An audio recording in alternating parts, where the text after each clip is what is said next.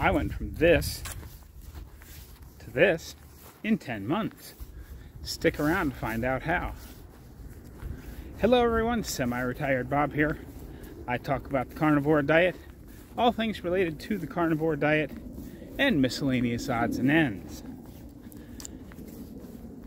If you're new to the channel, welcome. I'm glad you're here. You may be asking yourself, Bob, what in the world am I watching here? Well, you're watching me walk. I know that doesn't seem super exciting, but a little over 10 months ago, I couldn't do this. I could barely stand for 2 to 2.5 minutes without severe pain. Now I'm out here walking every day. I try to come up with some interesting things to talk about while I walk. Some days I'm successful, some days not so much. It all depends on what comes to mind while I'm out here walking. I don't usually have a great plan for these, but I do have a little bit of a plan today. We're going to talk about what the word essential means in your diet. Before we get started with that, if you're returning to the channel, welcome back. I'm glad you're here. Each and every one of you means, I can't even describe how much it means to me that you guys are here.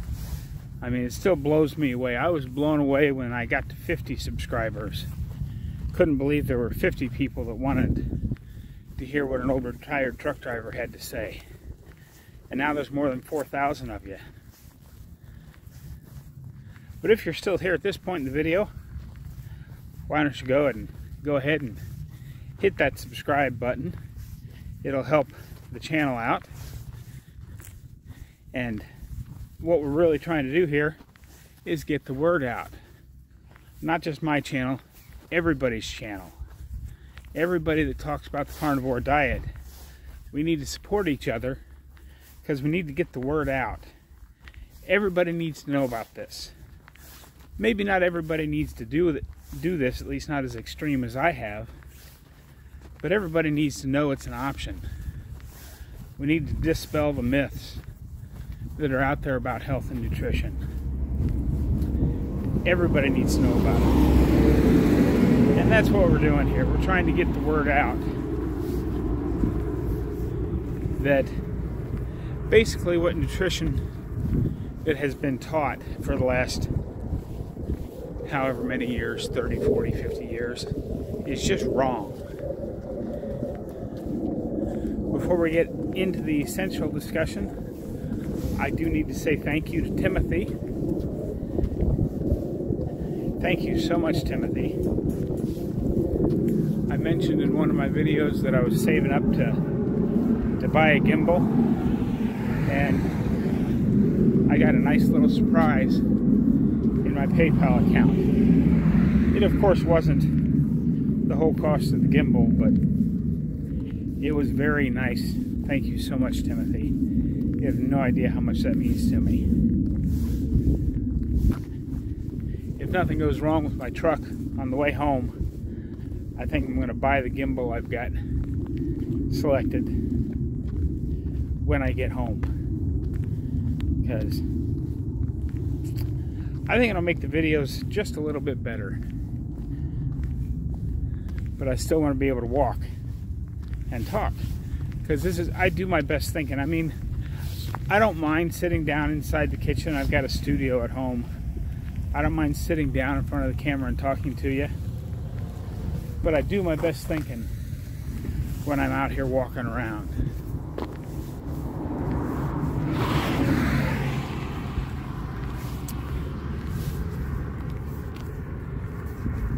Here comes some jets, but they're still way over there, so I'm going to keep on talking. Okay, so when talking about nutrition, what is essential?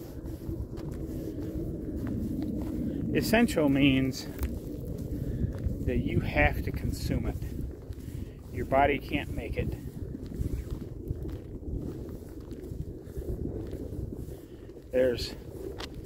And without it, you'll die. Or get very sick, depending on which things we're talking about. eventually you'll die, but you'll get very sick.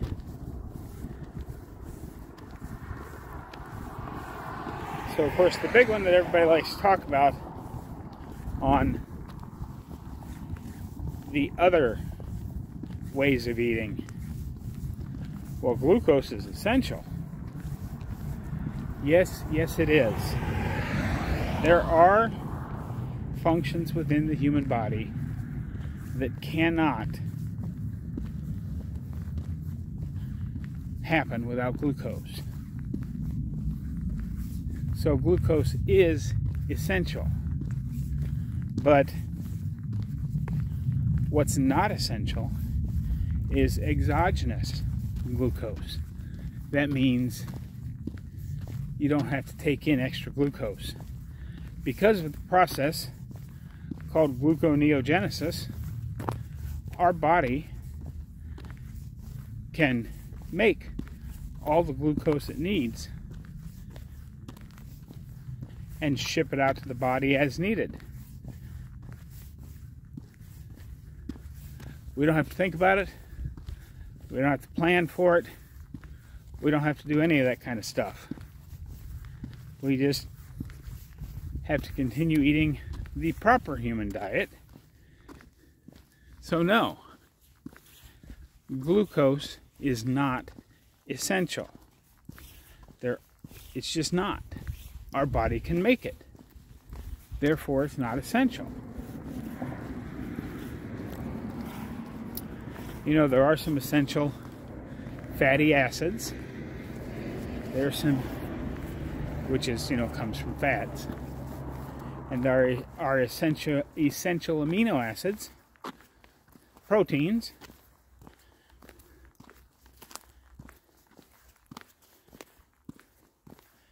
essential vitamins, essential minerals. All these things we have to take in.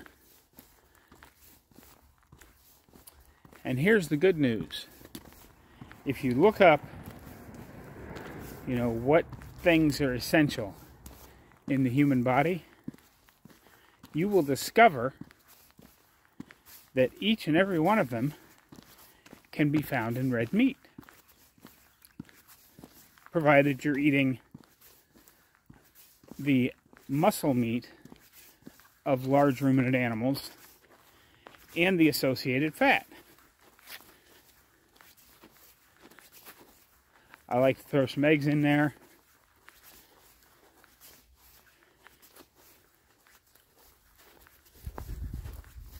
I've been having bacon recently.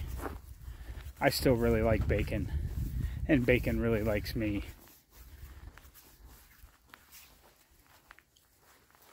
But there's nothing that's in pork that you can't get from beef. What else are they constantly telling us is essential? So good for us. You gotta have it. Fiber. We just talked about this the other day. There is no essential fiber.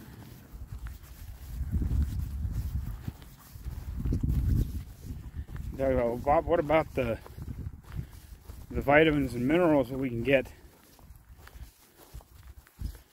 by having that fiber? Yeah, the word just slipped out of my head. I can't think of it right off the top of my head now. Anyway, the bacteria chew them up and release the vitamins and the minerals. And while that is true, that you can get some vitamins and minerals from fiber,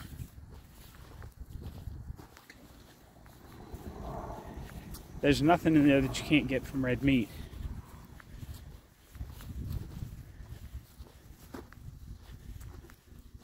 And then if you look at the other side effects, the bad side effects that you can have from fiber and exogenous glucose, by the way, it's just not worth it. Me personally, I think the cons really outweigh the pros by a lot, especially since none of it is essential. You can get all the essential stuff you need from eating the meat, adding the salt, and drinking the water.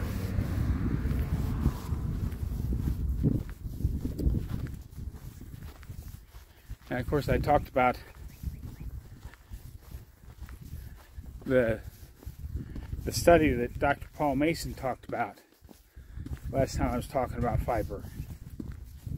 And I had some kid come into the comments saying, I just don't believe that study was ever done.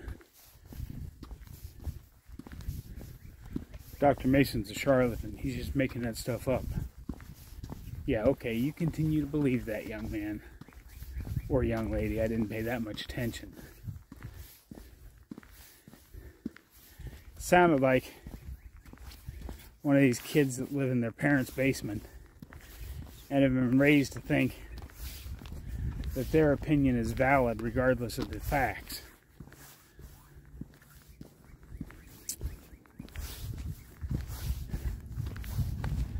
I have to chuckle at these people.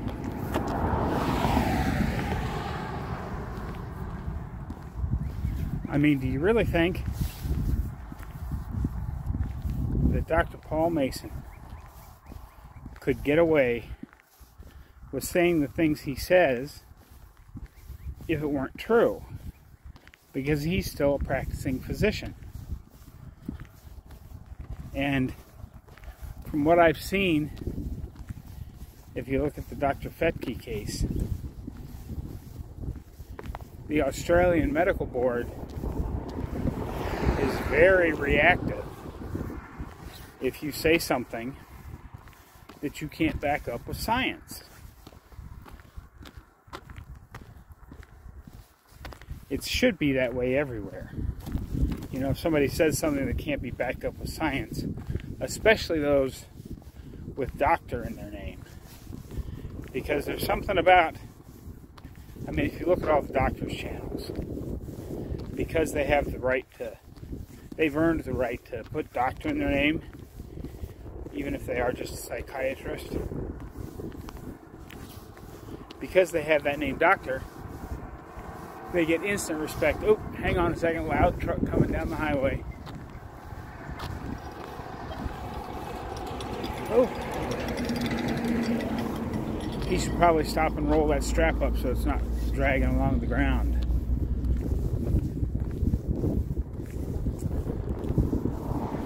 But because they have doctor in their name, they get instant respect and hundreds of thousands of followers. Now, don't get me wrong, there are a lot of really good doctors out there. But there are a few that say really stupid stuff, but continue to get away with it because they can. And I'm sure quite a few of them actually believe what they're saying. But anybody who says that diabetics dumping sugar into their body in a controlled fashion so that they can then take drugs to lower their blood sugar, they ought to lose their license. But anyway, back to Dr. Mason. So I'm sure if anybody in Australia could make a case to show that anything in one of his videos was not backed up by the facts and the science, the Australian medical boards would be all over him. And yet he's still a practicing physician. In fact, from what I understand, a very popular, busy physician, because people in his clinics seem to do very, very well. Huh, imagine that.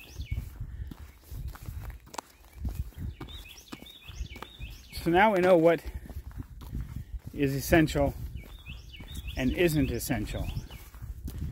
This was a very short topic today, but I invite you to stick around to the end. I'm going to be cooking up some food here in the second half of this video. Nothing super stellar. Well, I like all the food I cook, but it was nice to get out here and walk in the sun. As you can see, I got my lighter jacket on, so it's not super warm out, but at least it's over 60 degrees for the first time in almost a week.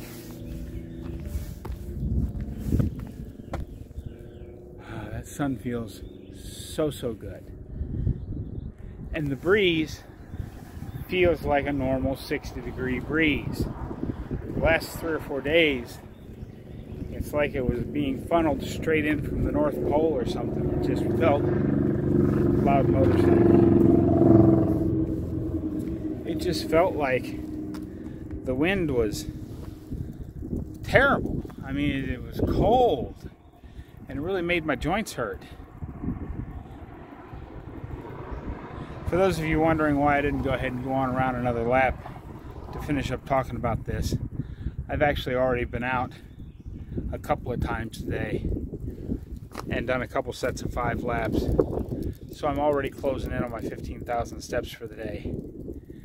I failed a couple of times this week because of the cold, but I'm trying to get back on track today, keep things moving forward, because today you guys will see this on Saturday, but today's Thursday.